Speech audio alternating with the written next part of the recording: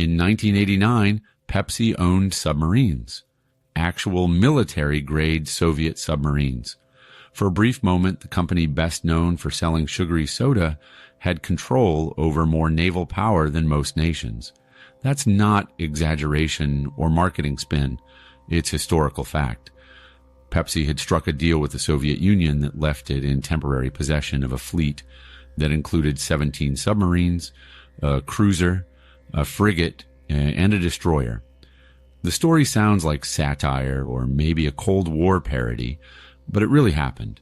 And it all started with an unlikely collision of politics, branding, and a thirst for cola in a country where dollars weren't welcome. To understand how we got here, we have to rewind to the Cola Wars, one of the fiercest brand rivalries of the 20th century. In the 1980s, Pepsi and Coca-Cola weren't just fighting for shelf space. They were cultural weapons.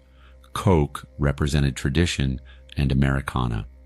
Pepsi positioned itself as the bold, youthful challenger, and during the Cold War, even a soda choice could feel political. Pepsi wanted to be the first Western brand to crack the Iron Curtain, and not just for the sales. This was a chance to plant a capitalist flag deep inside Soviet life. A way to win the Cola War and the ideological one. For Soviet citizens, Western brands were more than just products. They were status symbols. Blue jeans, Marlboro cigarettes, Sony Walkmans, and yes, American soda. These items weren't just hard to get. They were contraband trophies, often sold on the black market for eye-watering prices. American goods represented a lifestyle Soviet propaganda said didn't exist, a world of abundance, pleasure, and choice. So when Pepsi entered the Soviet Union, it wasn't just selling soda. It was selling a dream in a bottle, and for the Kremlin, that made Pepsi both dangerous and useful. Pepsi's Soviet breakthrough happened in 1972. Then, CEO Donald Kendall was a man on a mission, not just to outsell Coke, but to make Pepsi a symbol of global reach. During a state visit by Richard Nixon to Moscow, Kendall joined the trip and personally handed a Pepsi to Soviet Premier Nikita Khrushchev in front of the cameras. The moment was symbolic, but the deal behind it was real. Because the Soviet ruble wasn't convertible to dollars, Kendall struck a barter agreement. Pepsi concentrate would be sent to the USSR in exchange for something the Soviets could export, Stolichnaya vodka, or as one U.S. diplomat later put it, a cola in exchange for vodka. The barter system worked at first. Pepsi shipped syrup, the USSR bottled and sold it domestically, and Stolichnaya flowed into U.S. bars and supermarkets. But as time went on, two things became clear. First, the ruble still wasn't usable in international trade, which kept Pepsi locked into barter-only deals. And second, the American vodka market started to saturate. Pepsi didn't need more vodka. But the Soviet Union did want more Pepsi. So both sides were stuck. The Soviets couldn't pay in cash, and they couldn't offer more booze. That's when someone proposed a wild idea. What if Pepsi took ships instead? By the mid-1980s, Pepsi wasn't just visiting the Soviet Union. It had moved in. The cola was being bottled and sold across the USSR, making it the only major American consumer brand legally available behind the Iron Curtain. Soviet citizens could walk into state-run stores and buy a bottle of Pepsi, just like they could buy bread or canned fish. Soviet Pepsi ads ran on TV and billboards. Bottling plants were operating in several republics. For many people in the USSR, Pepsi wasn't just an imported treat. It became part of everyday life. In a country with almost no Western brands, Pepsi had somehow gone native. As the 1980s wore on, the original barter model started to break down. Americans weren't drinking Stolichnaya like they used to. The vodka boom that had once made the deal viable was cooling off. Meanwhile, Soviet demand for Pepsi was still growing. Soviet officials wanted to expand distribution. More syrup, more bottling, more Pepsi. But there was a problem. They couldn't pay in rubles, and they couldn't dump more vodka into a U.S. market that was already oversaturated. So what could they offer? The Soviet economy was centrally planned, rigid, and short on hard currency. That's when the negotiations took a sharp left turn. In 1989, the Soviets offered something almost no company had ever received as payment: military hardware, not just surplus boots or trucks, actual warships. Pepsi's Soviet partner, Soyuz Pluto Import, offered a fleet of 17 diesel submarines, a cruiser, a frigate, and a destroyer as barter payment. The proposal was unprecedented. These weren't toys or museum pieces. These were active or decommissioned military vessels with real value on the global market.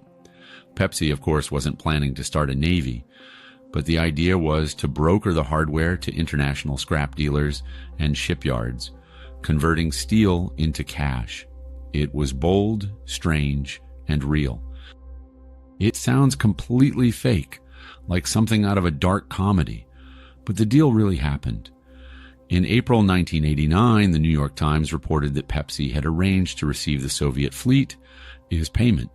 The article quoted Pepsi Vice President Donald M. Kendall Jr. confirming the deal, stating, "We're disarming the Soviet Union faster than you are." Pepsi's press office also acknowledged the transfer, as the ships were reportedly brokered to a Norwegian scrap company. While Pepsi never physically took possession of the vessels, the contract gave them control long enough to complete the barter. It was one of the strangest deals in business history, and a real Cold War footnote. Here's where it stops sounding like a metaphor. In 1989, Pepsi took ownership of 17 submarines, a missile cruiser, a frigate, and a destroyer, actual Soviet military hardware. Sure, they were decommissioned and no one was fueling them up for battle, but they were the real deal. Some diesel-powered, others nuclear. These weren't props or museum pieces. They were ships that had patrolled oceans and carried Soviet flags. It's the kind of trade that sounds like urban legend, but every ship is documented. One Soviet official even joked at the time, "We're disarming faster than you're selling soda." So, was Pepsi going to sail into the Pacific with torpedoes loaded? Of course not. This was business, not warfare. The ships were part of a barter deal. Pepsi never intended to operate them. They planned to sell them off for scrap metal. At the time, dismantling and reselling old warships was a decent way to turn hardware into hard currency. Soviet steel, especially from naval vessels, was valuable. Estimates at the time suggested Pepsi could earn well over $100 million from the scrap. In short, the USSR needed soda, and Pepsi found a way to turn that thirst into steel. Behind the scenes, this wasn't just some handshake deal.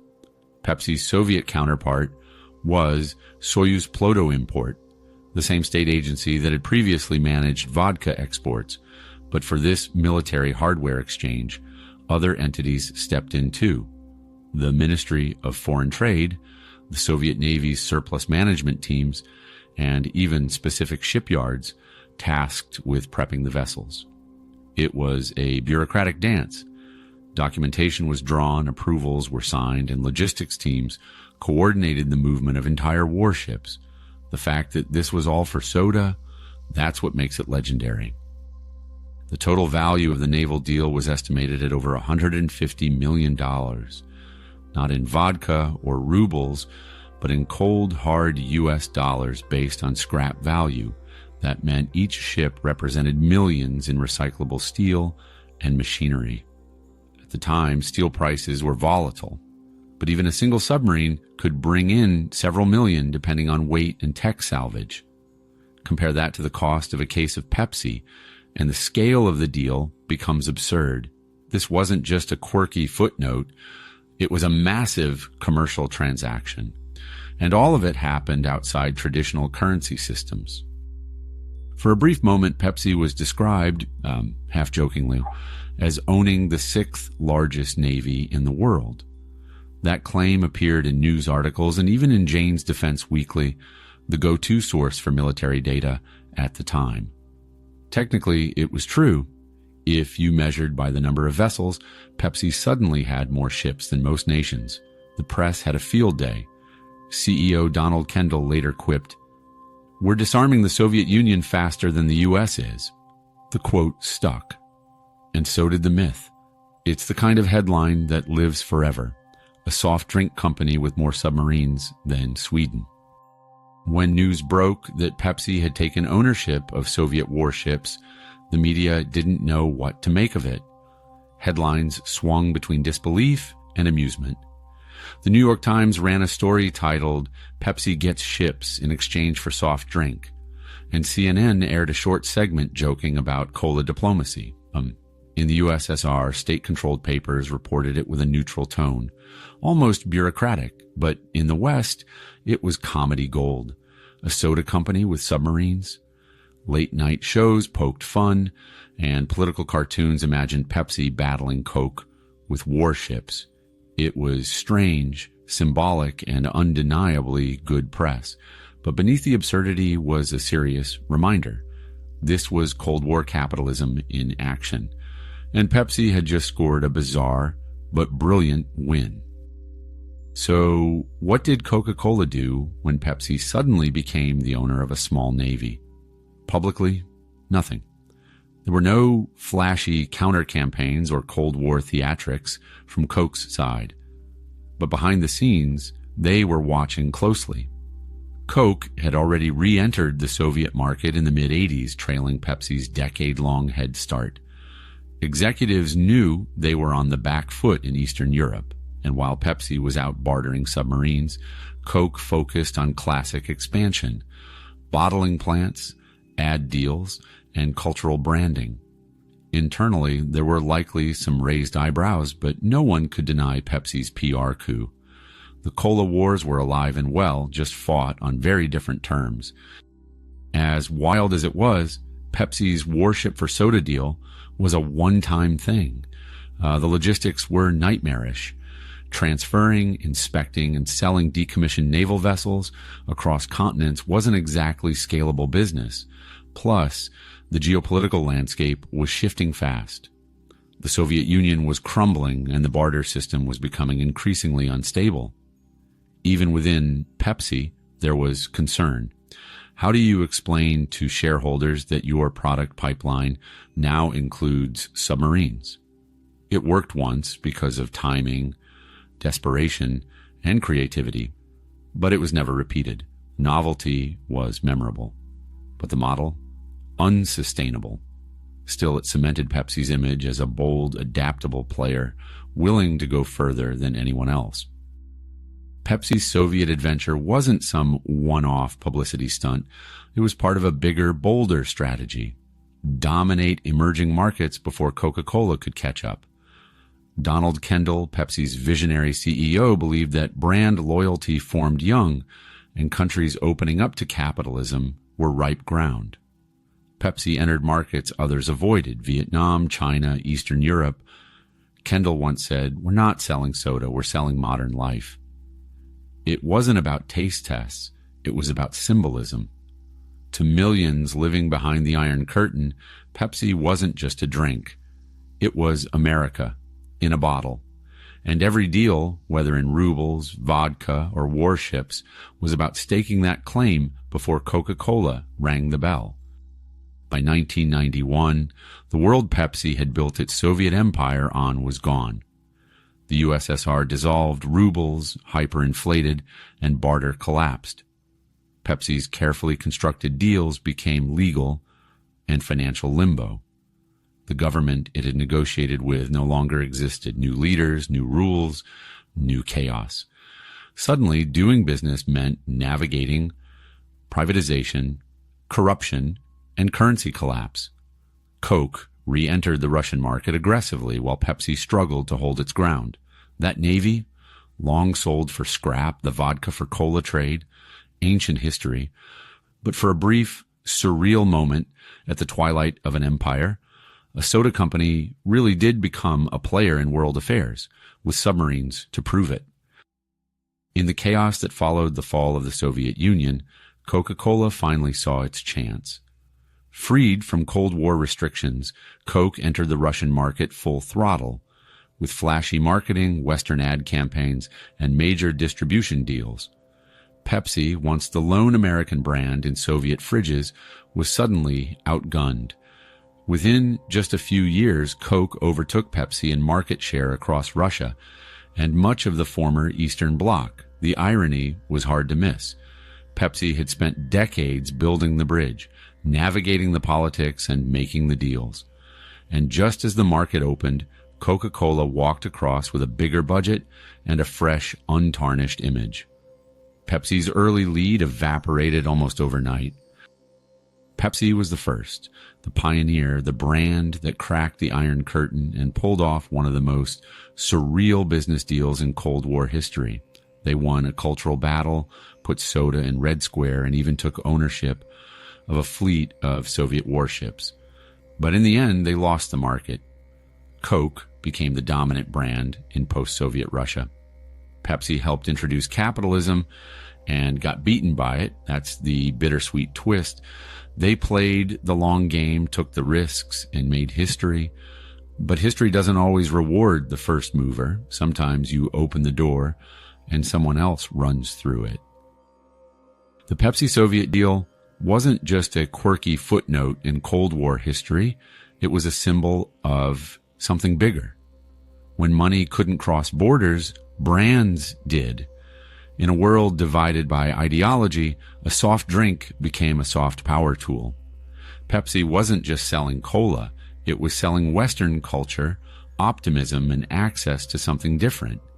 It showed how trade could bypass politics, how marketing could break down walls. The deal was absurd on the surface, submarines for soda, but at its core, it revealed how deeply intertwined business and diplomacy had become. This wasn't just a transaction, it was a cultural handshake in aluminum cans. Barter might sound outdated, but in moments of crisis or constraint, it's how deals get done. No hard currency, trade vodka, need more value. I'll toss in old naval ships. The genius of the Pepsi deal wasn't just in the headline, it was in the flexibility, and it showed that even under the tightest political restrictions, commerce finds a crack in the wall. It's the same principle that drives trade today in sanctioned regions, unstable economies, or emerging markets. Business doesn't wait for perfect conditions, it adapts. And sometimes that adaptation looks like a soda company briefly owning the 6th largest navy in the world. So, what was this really? An aggressive marketing play or corporate diplomacy dressed up as business? Honestly, both. For Pepsi, it was about building brand loyalty and future markets, but for the USSR, it was a way to engage with the West, sidestep economic limits, and gain something tangible from trade. Analysts at the time called it capitalism's strangest success story. Pepsi insiders described it as playing chess while others were playing checkers. The submarines weren't the point, they were the price. What mattered was the presence, the story, the symbol. Pepsi wasn't just selling soda, it was selling America, one can at a time. At the center of all this was Donald Kendall, PepsiCo's hard-driving CEO. He wasn't just a soda executive. He was a Cold War strategist in a business suit. Kendall believed brands could do what governments couldn't: open doors, build trust, make capitalism feel personal. Back in 1959, he even got a young Richard Nixon to hand Soviet Premier Khrushchev a Pepsi during the famous kitchen debate. That photo alone became a Cold War icon. By the 70s, Kendall had pushed Pepsi into the Soviet Union through sheer force of will.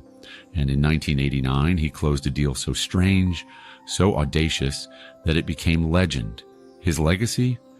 A bold visionary who blurred the line between commerce and diplomacy and didn't flinch at a fleet of submarines. On the surface, the Pepsi deal feels like a Cold War artifact, a relic from a time when empires bartered cola for cruisers. But barter never really vanished. When sanctions tighten or currencies collapse, it's still how business gets done. Think oil for goods deals between Iran and China, or Venezuela trading crude for medicine.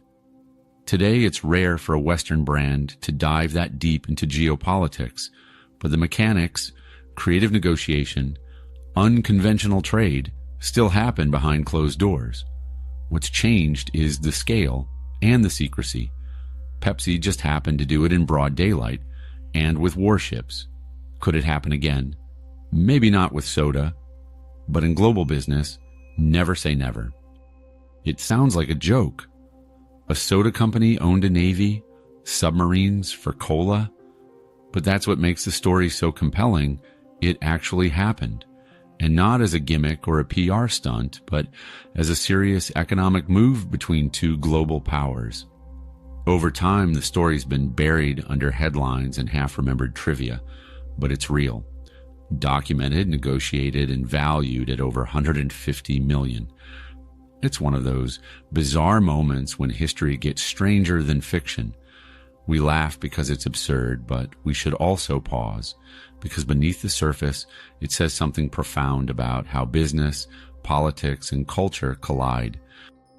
In the end, Pepsi didn't conquer the world, and it didn't win the Cola War. But for one surreal moment, it did something extraordinary. It brokered peace with a bottle cap. It brought capitalism to the Kremlin, and it showed that sometimes soft power comes in the form of fizzy sweetness. That's the beauty of this story. A soda brand became a symbol of connection at the height of global tension. Submarines rusted, brands evolved, and the Soviet Union vanished. But that moment when Pepsi briefly became a naval power still floats in history like a carbonated time capsule, not just a punchline, a reminder of the strange, real power of brands. History is full of stories that sound too strange to be true, and yet here we are, Pepsi, submarines, and the fall of an empire. If this made you see soda a little differently, consider subscribing for more untold business stories that shape the world in ways nobody expected. And if you like this one, hit the like button. It helps more than you know. Now I'm curious, do you think brands today still hold that kind of power? And if you could trade any product for a fleet of something, what would it be? Let me know in the comments. I'd love to hear your take.